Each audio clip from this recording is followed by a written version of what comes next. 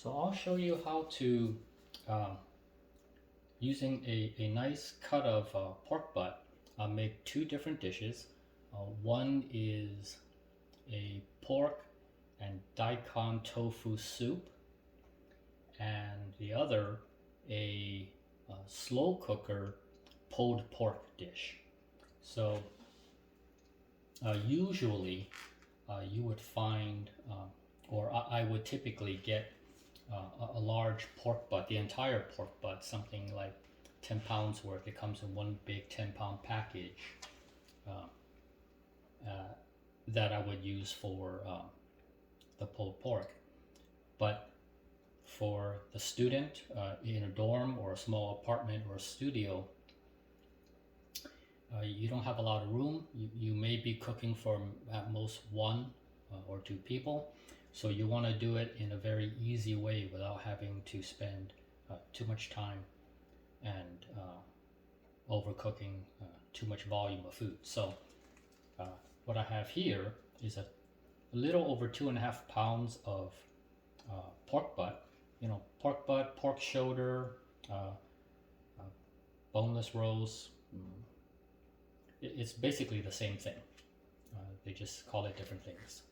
So 2.5 pounds. The most of this will go towards the pulled pork in the slow cooker, and some of it will go for towards the soup. All right. So this is how we process this. So it's a small package, very manageable. You know, you don't have to worry about having this big giant 10-pound bag of meat. Okay. So the first thing is we want to rinse it. We'll get a little bit of water going. I'll open this up. Now, your pork butt may or may not have a lot of debris, but it also may have, you know, traces of blood on it like that. So you want to give it a quick rinse to try to rinse off any excess blood that's on the surface, if any, and any debris from, you know, the butchering. As they are cutting bone, you could have little bits of bone debris. So give it a quick rinse to rid it of those things. Then just pat it dry a little bit. This part is not really necessary, the drying part, but it's easier to handle when it's dry. Okay, so now it's looking like that, where you have a big solid portion up here, and then I guess this is where the bone would be, down here. Okay. So given that, let's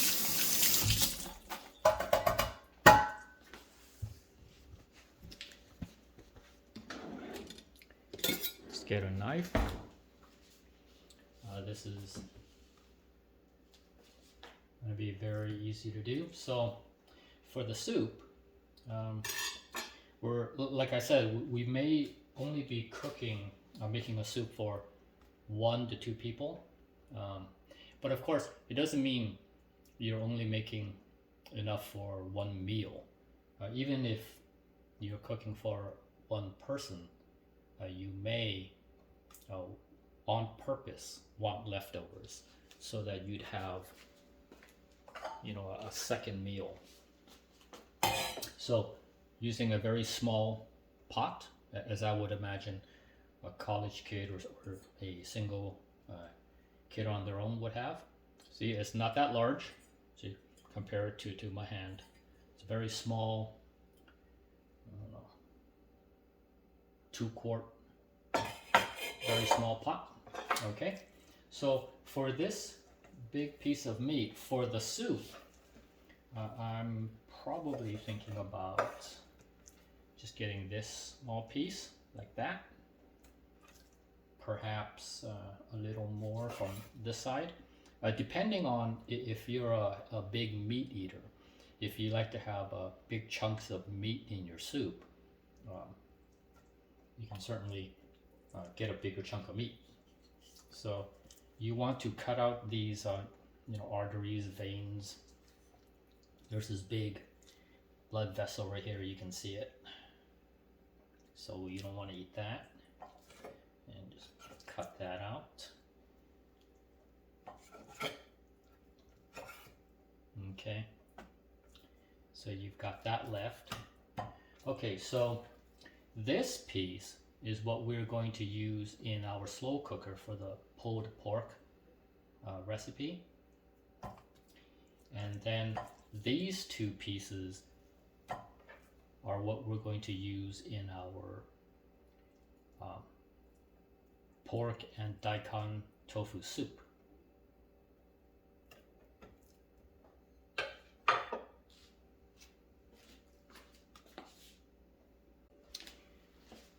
Okay, so I moved the larger piece out of the way, the one for the pulled pork. So we're left with our smaller cut pieces for our soup. So how large to cut the individual pieces is completely up to your preference. If you like big meaty chunks of meat to chew on from your soup, cut them larger into the pot. If you want them, smaller, cut them smaller, knowing that, it'll shrink a little bit, but not much. Well, a little bit in the soup. So, cut appropriately sized, or to your preference sized chunks of meat.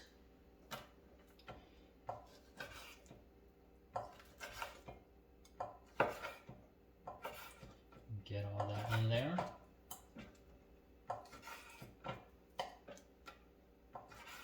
Like so.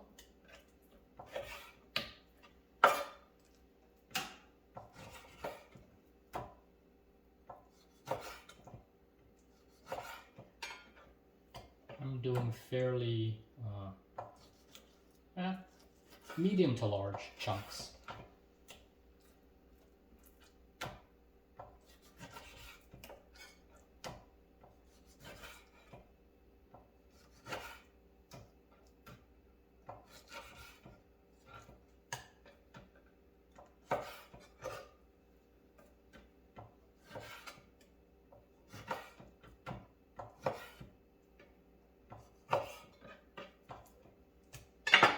Okay, so now we've got about that much meat. For the size of this pot, it looks like a lot, and it is. So I probably put in too much, but again, depends on your preference for meat. If you're a large meat eater, like I know some in my audience to be, then you want to slap all that meat in there. But if you are not a large meat eater, then you may want to reduce how much meat you put in there. So it's completely up to you. The meat to daikon to tofu ratio is completely up to your preference. Okay, but I'm gonna slap a ton of meat in here. It's not, not even up to halfway in terms of height. So that's what we've got.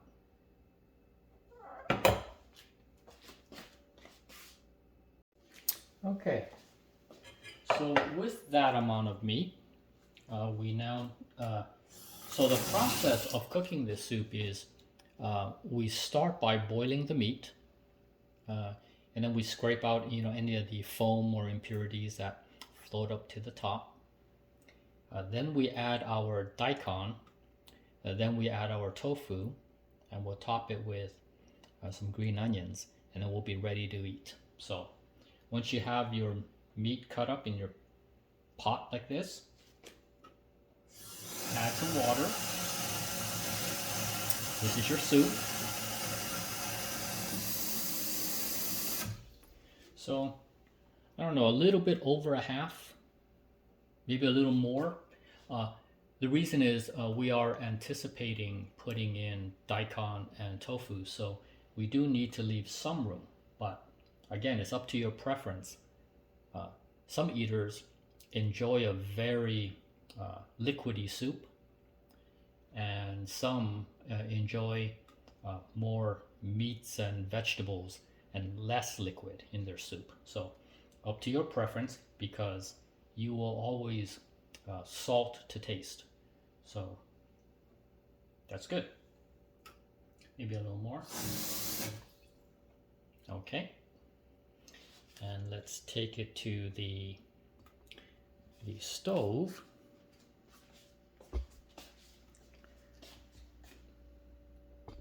Okay, so I've got some stuff from my previous video on the stove right now.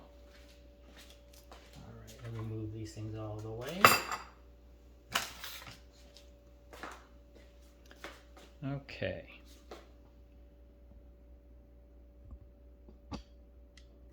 Alright. So we're here. Okay.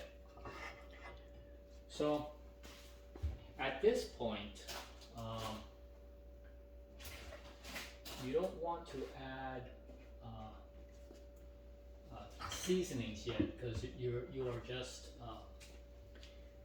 boiling to cook the pork. But what I normally do is I put in 1 or 2 dried bay leaves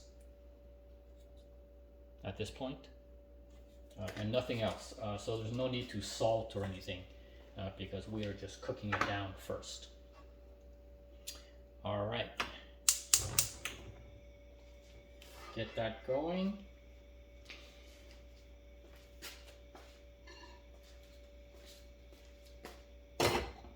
Okay, so you have to watch it. There's not necessarily a time involved. For this amount of liquid at this size of pot, I'm anticipating that this will reach a boil in about 8 to 9 minutes. So it'll differ depending on how large your pot is and how much liquid you have in it. So always keep an eye on it. So, but for me, this will be done in about 8 to 9 minutes. Done meaning reaching the boiling point. So we'll be back. All right, so we're at a boil now. It was roughly 9 minutes. Okay, you can see through the lid, it's starting to foam up. Okay, and then you can see some of the foam that has risen to the top. You know, see that nastiness? Scoop that out. You know, as much as you can. It's okay if you leave some. And see, we're just skimming the top. You can see stuff that's coming out there. So that's what you're going to see a lot. Not just with pork. You'll see this with beef, chicken, maybe a little less with chicken. Especially with pork, but you'll see it with beef as well, where the last remaining, they call it impurities. I suspect that there's a little bit of blood, other things in there, some fats, things like that. So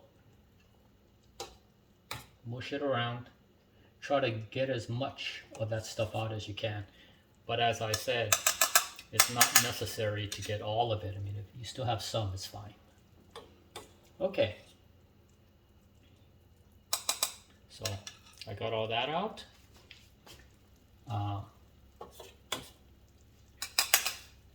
Take that away. Okay, so now we have a relatively clean pot of soup where we've gotten as much of that scummy stuff out. So typically I would let this boil for around anywhere from 15 to 30 minutes on a low boil to extract, not only to fully cook the pork, but to extract a lot of the flavor out of the pork. And this is where a lot of the shrinkage in the meat will come. So while that is boiling, we'll go cut up the daikon and the tofu. And as you're allowing it to boil, turn down the heat so that it's at a very slow boil, nothing too strong. And then when you put the lid back on, maybe tilt it a little bit so that it doesn't boil over. And it'll probably go for another 20 to 30 minutes. So we will go and cut up our daikon and tofu. Okay, as for the daikon and tofu, let's start with the daikon. So as you can see, I have a pretty large daikon, much larger than what we would need for our small pot of soup, and much more than you'll need, as a single person. But the markets definitely have smaller daikons for sale. So, you can even find some that are less than half this size. So very manageable. So the best thing to do is to use a vegetable peeler, skin peeler to peel this. So let's say I would just take a I don't know, 33%, maybe 25% of this thing. So, and of course it's to your taste. So if you have enough room in your pot and you happen to like daikons, then get yourself more pieces. If not, fewer. So let's put that to the side here. Now, normally, as I said, I would use a vegetable peeler to peel this thing. But if you don't have one, you could still do it with your knife. So let's say I were to do that, like so. And you just need to be careful not to cut too deep so that you don't waste too much of your daikon. Right? So see, it's pretty simple. Even without a vegetable peeler, if you happen to not have one, you could still do this. It's not a big deal. See that? So let me do that real quick. And so one of the subtopics when preparing meals is always the time, like how long is this going to take? So as you are watching me prep these things, this is literally the time it will take because I'm doing it now. So cut off that piece. All right. So now we have a perfectly peeled piece of daikon. Give it a quick rinse. All right. Now you don't have to dry this at the end. You don't have to. I just did, but you don't have to. So first, cut them into their circles as thick as you'd like. So it's, to your taste. Some people enjoy a big chunky daikon to eat and some don't. So it's up to you. I do. I really enjoy a big chunky daikon to chew on. So now you have these discs, right? And you just cut them into cubes as best you can. Or whatever shape you happen to fancy. So I have nice cubes here, about that size, right?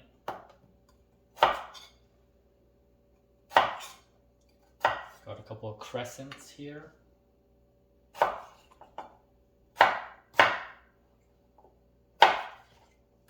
Like so. So what you are seeing here is basically what you'll be doing, and it will take precisely this amount of time.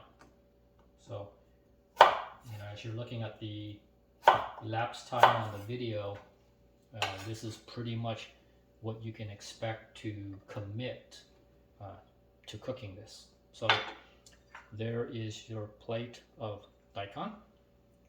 Now let me move it over. I want to make a little room here because I've got the tofu coming. So I've got the tofu here, right? And so this is how you would deal with the tofu. Now let me move the plate over for a second. Rinse off the outside, because what will happen is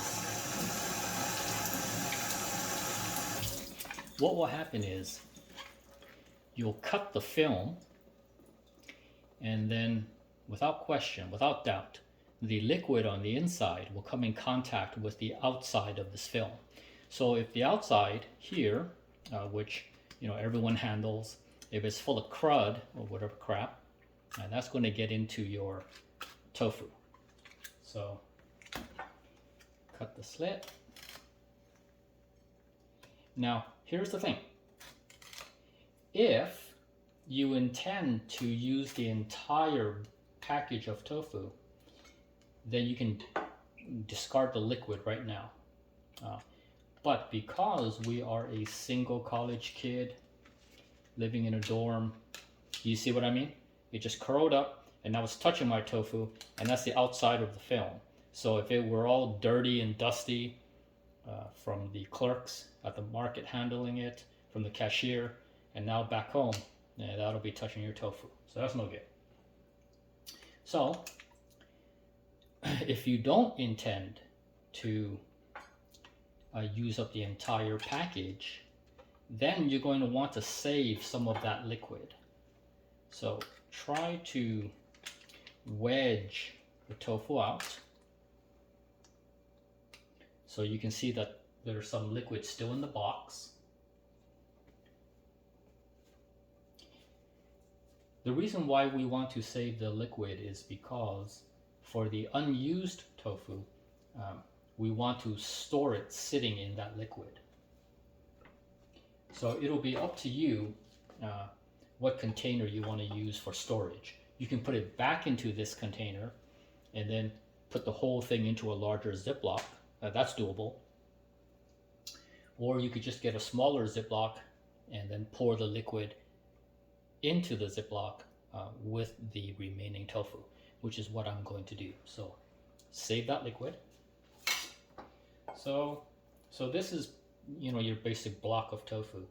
So maybe, I don't know,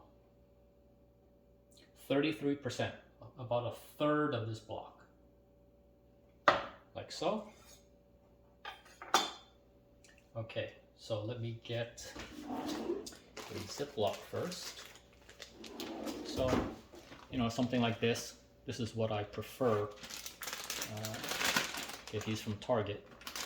So for the 66% of the block, which I'm not going to use yet, put that in here. Lay it down like so. Then your remaining tofu liquid, pour that in there. So now you've got 66% of the block marinating in its original liquid, which is what you want. It'll preserve it longer. So there you go. Stick that in your fridge, and it should last you maybe even up to a week until the next time you need to cook tofu. See that? Okay, so let's put that in the fridge.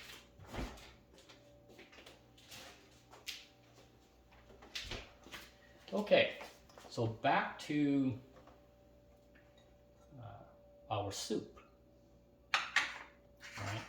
So I've reserved some space. Okay, and again, same thing. Up to your personal preference, how meaty and chunky of a tofu piece you want to bite into. So typically, because it's so thick, I would cut it in half. So now I have two thinner pieces. Then just cut straight down like so. And now I've got good sized rectangles. Okay? Because that's going to go into the soup as well. All right, so that's all the prepping for the veggies.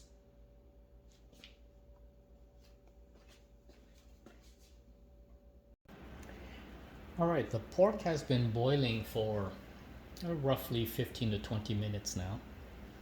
And let's take a look at it.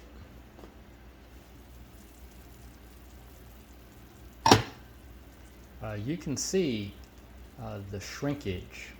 The pork has shrinked considerably. Let me get a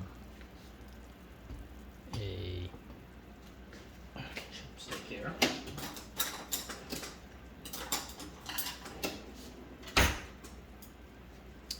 So let's take a look.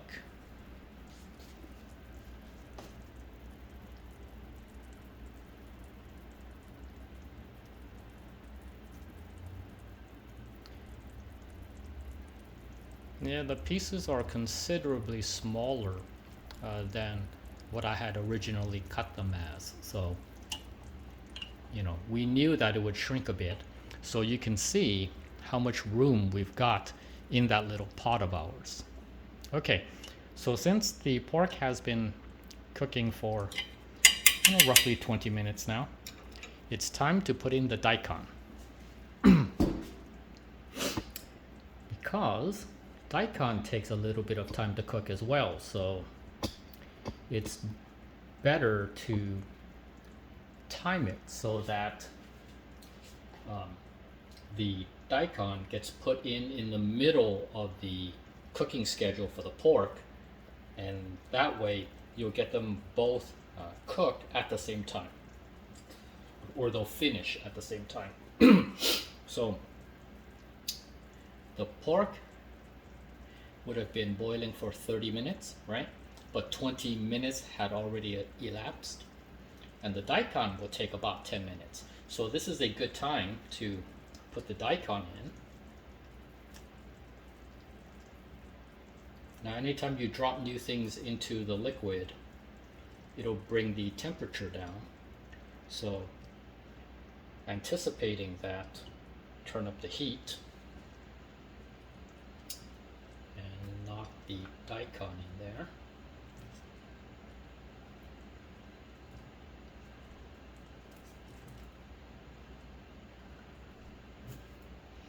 And then same concept is going to apply for the tofu. Tofu will only take maybe 5 minutes or less. So we've got 10 minutes of boil left to go.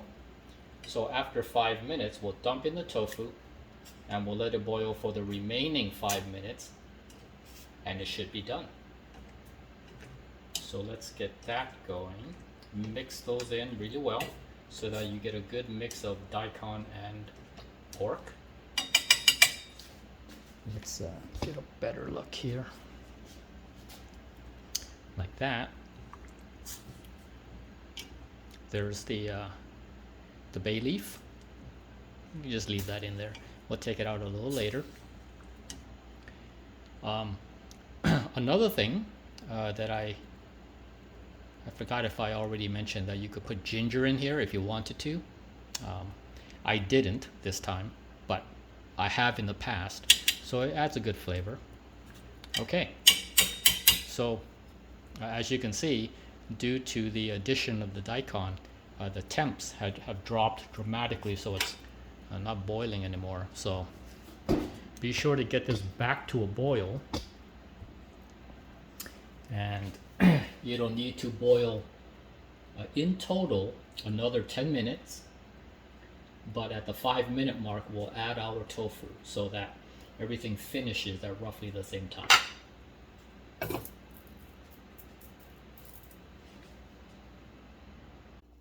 Okay, it only took 1 minute to get it back up to a boil. So, as you can see, it's back up to a boil. So, turn the heat back down again and tilt the lid a little bit so that it doesn't boil over.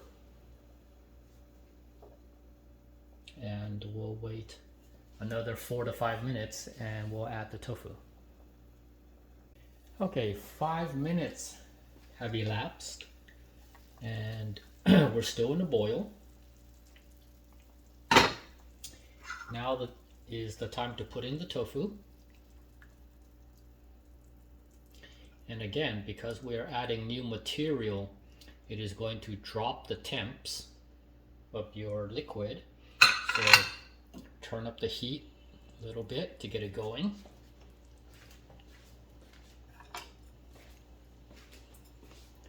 Give it a little mix.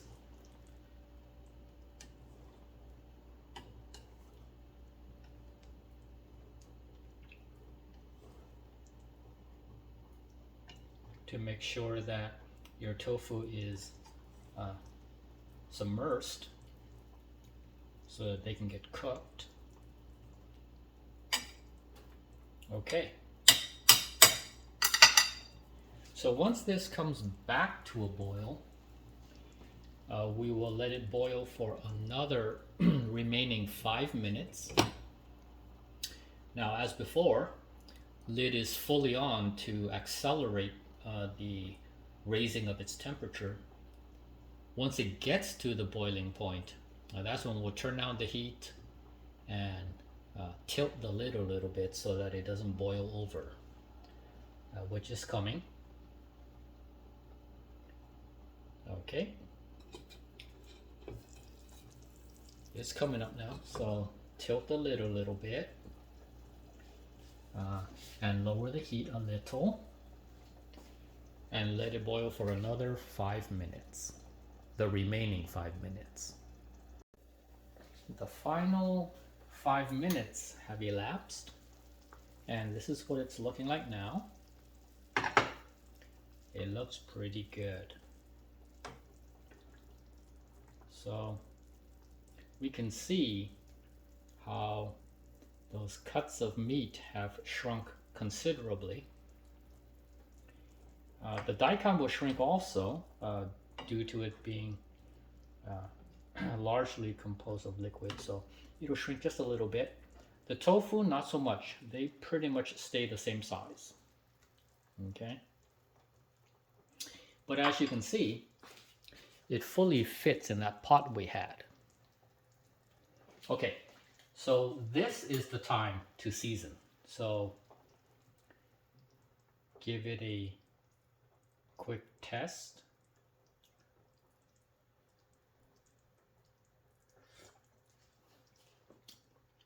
Okay. Now I know how much salt to use. So for soups, I really like to use the standard, iodized table salt. It's good enough. So I got a teaspoon. Sprinkle that in there. And then I also like to put in a little bit of this juicy MSG. Maybe a quarter of a teaspoon, a third of a teaspoon for this size of pot. Stir that a bit. Since the lid is off, turn up the heat just a little to maintain our simmer, our small boil.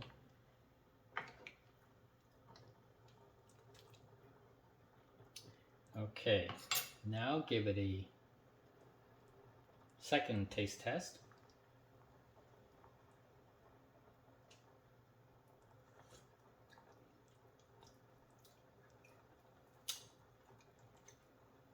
It's good. Needs a little more salt. Another teaspoon of salt. So that's so even though I use 2 teaspoons as it turns out, and a lot of recipes like to measure out their salts and other seasonings. It's entirely up to you. If you happen to like a saltier flavor for your meaty dishes, or any dish, if you happen to like a little more salt, then put more salt. It doesn't really matter what I say. If you like it saltier, go ahead. And if you don't like it as salty, well, then reduce. So, okay, I mixed in the second teaspoon of salt. Now let's give it a taste test.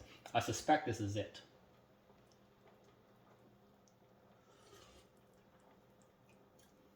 Indeed. Oh, it's good. Okay, so it's done. It's ready to go. So how would you eat this? It's a soup, obviously. You can have it as a bowl of soup. What I prefer, it being not just a part of a meal, but you know, for me, at lunchtime, I would like to consider this the entire meal. So I would put a little bit of rice at the bottom of a bowl. I can even turn off the heat. So have a little bit of rice at the bottom of the bowl, and then scoop this soup just straight into it, like so. And get a little more liquid.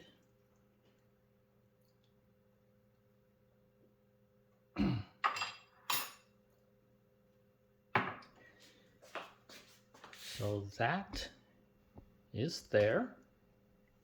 And then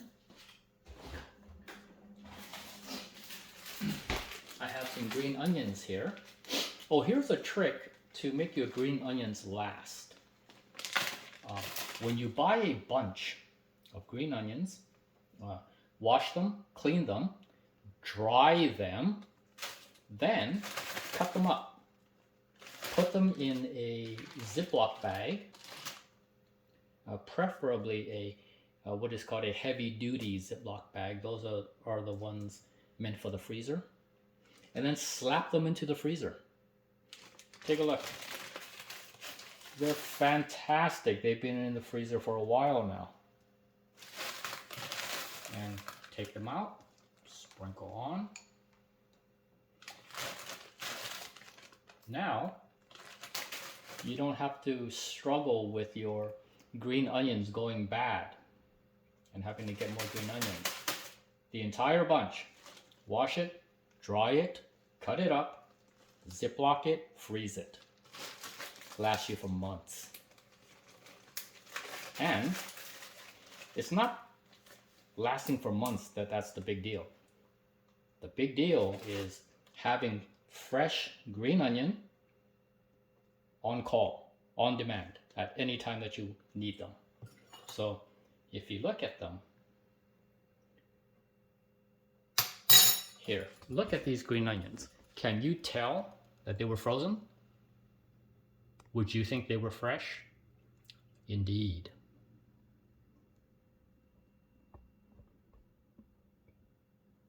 Okay. Enjoy. And as you, oh, one other thing. This soup that we just cooked, this is just the base. And the base is good enough. But because it's a base, feel free to experiment. You can add more things. You can add dried mushrooms, for example. You can add scallops, dried scallops. You can add stuff to this recipe.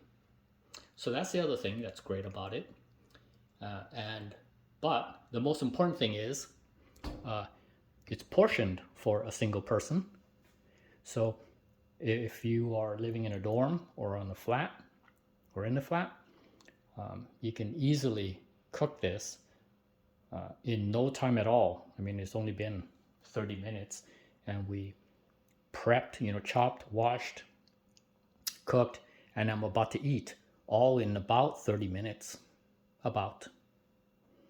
And so, and as you can see, there's not that much left over, so it's good enough. You've got maybe 2 to 3 meals for yourself as a single college kid living in a dorm or an apartment. Okay.